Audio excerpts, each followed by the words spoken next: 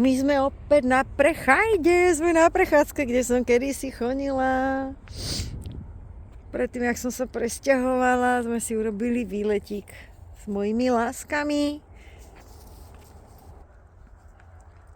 Čaute, čaute. No, tak budem troška prírodu natáčať. Takže sme si urobili troška výletík a dneska by som chcela niečo povedať, že dospelý versus dieťa alebo versus deti. Všetko je môj názor. Niekto môže súhlasiť, nemusí súhlasiť. Aj to je v poriadku, všetko je v poriadku. Takže dneska, lebo som bola inšpirovaná niečím zvonka, takže by som chcela troška povedať, že je jedno, v akom veku človek má dieťa. Proste dieťa je bytosť, ktorá sa rodí ako slobodná. My sme slobodní, aj keď teda systém a štát z nás, alebo teda začína to u rodičov, z nás spravia neslobodný, hej? A vlastne my si celý život myslíme, že tá nesloboda, ktorú máme, že to je tá naša prirodzenosť, že vlastne my sme taká krásna breza, hej? Jej. Že my sme vlastne tým a my sa s tým identifikujeme a my to vlastne žijeme.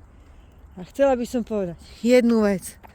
Dospelý je taká istá bytosť ako to dieťa. Takže keď máte deti, je jedno aké staré, tiež sú slobodné ako vy. Takže žiadna nadradenosť, ako niektorí rodičia robia, že dieťa postavia na piedestál, hej, že narodilo sa mi dieťa, tak je niekde a teraz všetko pre ňo budem robiť a budem mu robiť otroka, budem mu slúžiť. Tit, zle. Druhá vec, ja som rodič, ja budem hore a ty si niekde podo mnou. A v podstate ja som ten, ktorý ťa vedie, ktorý ti hovorí, čo máš robiť, kedy máš robiť, ako máš robiť, bla bla bla bla bla. Zle. Rešpektujem dieťa, rešpektujem seba, rešpektujem ostatných a učím to dieťa tým, čím som ja, čo ja vnímam, čo mám v sebe, čo mám v svojom energetickom poli, čo mám vo svojej aure. Tým ho ja vychovávam, tomu dávam do života ako že batôštek, že tu máš a kráčaj už sám v živote. Toto je ono. Nie to, čo niekedy hovoríme, že ja jedno hovorím, iné konám, alebo jedno hovorím a iné cítim. Deti vnímajú to naše vnútro, vnímajú naše pocity, vnímajú to, ako sa cítime. Aj keď o tom nehovoríme, aj keď sa pretvarujeme, alebo sa tvárime, že sme šťastní a vnútri to vrie, hej, alebo sme na ňu nasratí, ale povieme, to je v poriadku, hej. Alebo zase opačne. Niekedy ten človek aj prejaví proste, hej. A ja teraz niekedy, keď čujem pes niečo, dajme tomu, že zakričím na ňo, alebo na toho kocúra, keď mi vyleze do kochlíka a viem, že tam ide si hľadať nejaké drievka v zemine, hej, tak na ňo zakričím, akože zvýšim hlas, ale vnútri proste zo mňa nejde hnev. Aj keď zakričím, nie je tam hnev. Na druhej strane niekto nemusí zakričať, povie to navonok milo, ale má v sebe hnev, lebo ten hnev má vnútri, v sebe. V tej jeho energii, hej, v energii toho človeka. Takže my vychovávame deti a deti z nás vnímajú naše energie. Nielen to, že toto môžeš, nemôžeš. A na druhej strane, vlastne keď mu zakazujeme, prikazujeme a my ho chceme dať do škatulky a predstavy, ktorú my o ňom máme, tak my z neho robíme iného človeka, inú bytosť, my ho prerábame. Lenže je otázka času, kedy tá jeho duša, alebo ten Boh, ktorý v ňom je a ktorý sa tu chce nejak prejaviť a chce byť slobodný, lebo on je slobodný, kedy sa začne akoby ozývať a začne akoby sa chcieť prejaviť proste, že dojde bod potom, keď v človeku to začne vrieť, človek sa začne zle cítiť, má depresie, má úzkosti. Pozrime sa, koľko dneska detí chodí po psychológoch a psychiatroch. Ale prečo? skúsme sa doma pozrieť, že čo ja ako rodič robím. Nechcem to nazývať zle, lebo zase mňa to naučili zase moji rodičia, hej, to ide akože generačne. Ale dobre, tak pozrie sa do toho svojho hrnca v tom mojom dome, pozriem sa na seba, čo robím a ja som to takto začala praktizovať. Na seba, čo robím, ako robím, aj keď ja som teda deťom dávala dosť veľkú slobodu a môžem povedať, že u mňa čím viac slobody som dávala deťom, aj keď boli puberťáci, že som im nezakazovala, ja si nepamätám. Naozaj, možno sa teraz hlboko mýlim, ale nepamätám si, že by som dala trest, že by som moje dieťa niekedy v živote potrestala. Že by som mu niečo zobrala, že by som mu zakázala chodiť von, alebo proste zakázala, ja neviem, pozerať televízor, alebo niečo. Nie. A mali slobodu, hej. A potom už, ak boli väčší, tak som im aj hovorila, dobre, ale za tie skutky si nesieš zodpovednosť ty. Takže ty si dobre navnímaj, rozmysli si, čo urobíš, čo povieš, ale potom si za to nesieš. A potom došli situácie, keď aj niečo povymýšľali a ja som im nepomohla. A ostal v tom, aj ten môj syn, tak som ho v tom nechala, nech sa v tom vymácha, aby on niesol za to zodpovednosť. A to ho absolútne zmenilo, to ho naučilo proste. Dobre, som slobodný, ale sloboda neznamená, že teraz ja si idem, vykradnem si banku, alebo si tam niekoho zabijem, alebo proste urobím si niečo takéto, nazvime to zlé, a nebudem za to ako nezodpovednosť. Lebo trest není to, že človek je vo väzení. Trest je to, že ten hriech spácham. Už to je trestom, že niečo takéto urobím. Takže ako rodič, keď má problém moje dieťa, tak sa pozerám a začínam hľadať v prvom rade v sebe, že či ja tam nemám nejaké, či to dieťa neobmedzujem. My sme od malička, sú deti utlačané, lebo je 12 hodín, teraz ideš jesť. Budeš jesť to, čo som navarila. Ty si to nevážiš a ja som tu kvôli tebe varila 2 hodiny. A chápeme to ako, že áno, tá matka kvôli nemu varila niečo, čo dajme tomuto dieťa nelúbi, poprvé, alebo v tej chvíli na to nemá chuť. Možno to zje za hodinu, možno to zje za 3 hodiny. Ja už som postupne toto tiež menila a začala som to rešpektovať. A moja dcera, keď bola malička, nechcem ani jednu zeleninu, ani druhú a postupne takto všetky zeleniny zo života, ako bola som z toho teda akože na nervy trochu vtedy, tiež mi to akože vadilo, občas som ju aj prinútila, čož mi minule povedala, že mami, ja si to pamätám, jak som musela zjesť, neviem, čo to bolo, nejaká zelenina, paradajky, alebo čo to bolo, ale tým, že som ju ja nutila vtedy, tak ona to nemala rada asi 20 rokov. A ona až po 20 rokoch sama si to začala kupovať, sama to začalo jesť a jej to chutilo. Ale tiež som potom ako dobre, tak už som videla, že to, ako skúšala som aj takéto taktiky, ale videla som, že to nemá zmysel takáto taktika, niečo na silu robiť. Tak som proste moje deti boli pre mňa obrovským učiteľom. Moje deti ma strašne veľa vecí učili, čo som si ani neuvedomovala, že je to akoby nejaké učenie, len to sledovanie ich.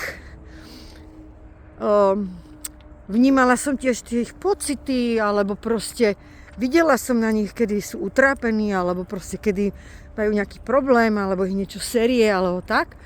A ja som sa fakt s nimi učila, akože ja Bohu ďakujem za nich, že proste, že ich mám v živote, že mi robili zrkadlo, že som veľa vecí videla v nich, nevidela v sebe.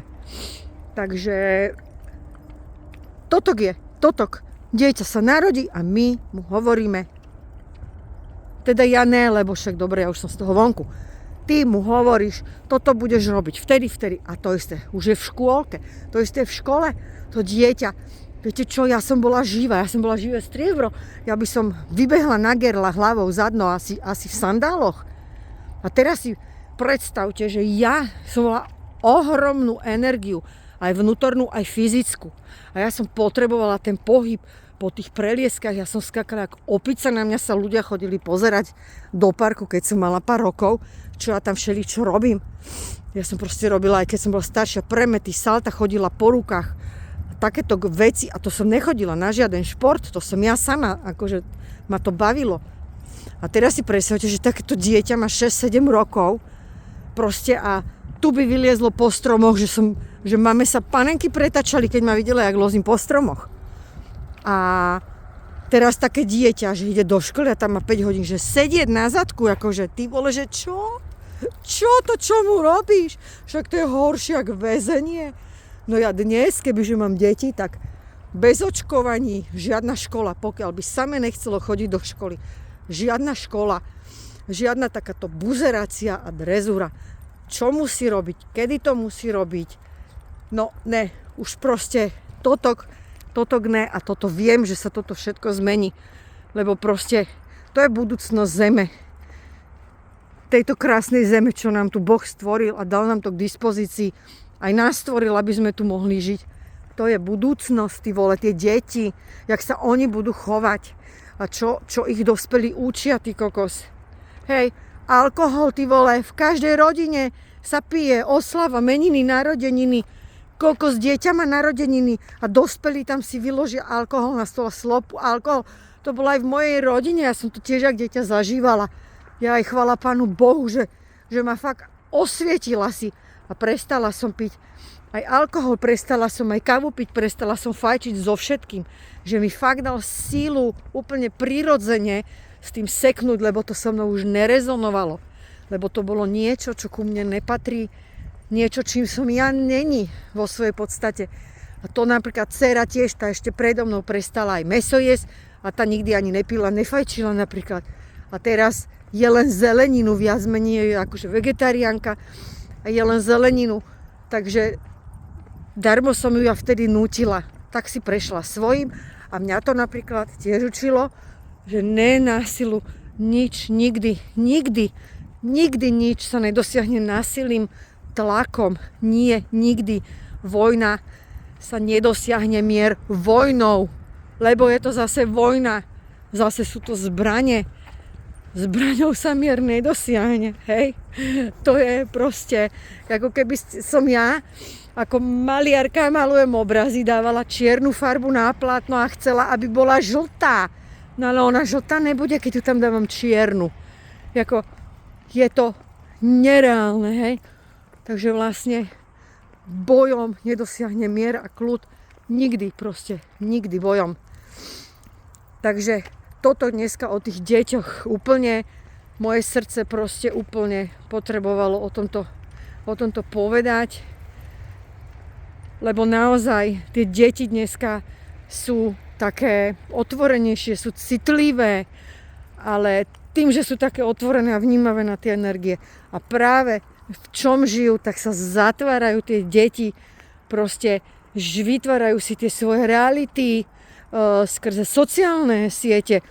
Potom ľahko ich niekto tam zlomí na sociálnych sieťach na nejaké drogy, alebo ich zneužije, alebo proste takto, lebo tie deti utekajú z tej reality vlastne, v ktorej žijú a hľadajú akoby inú tú realitu, dajme tomu, a potom ľahko sú aj obeťou zase niekomu inému proste a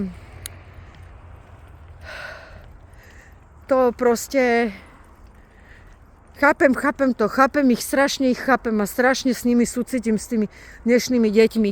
Ja som bola ako v jasličkách týraná, proste mám všelijaké skúsenosti z detstva za sebou, z ranného detstva, ktoré ma zasiahli na celý život a ktoré som si až okolo 50-ky definitívne spracovala, tie traumy.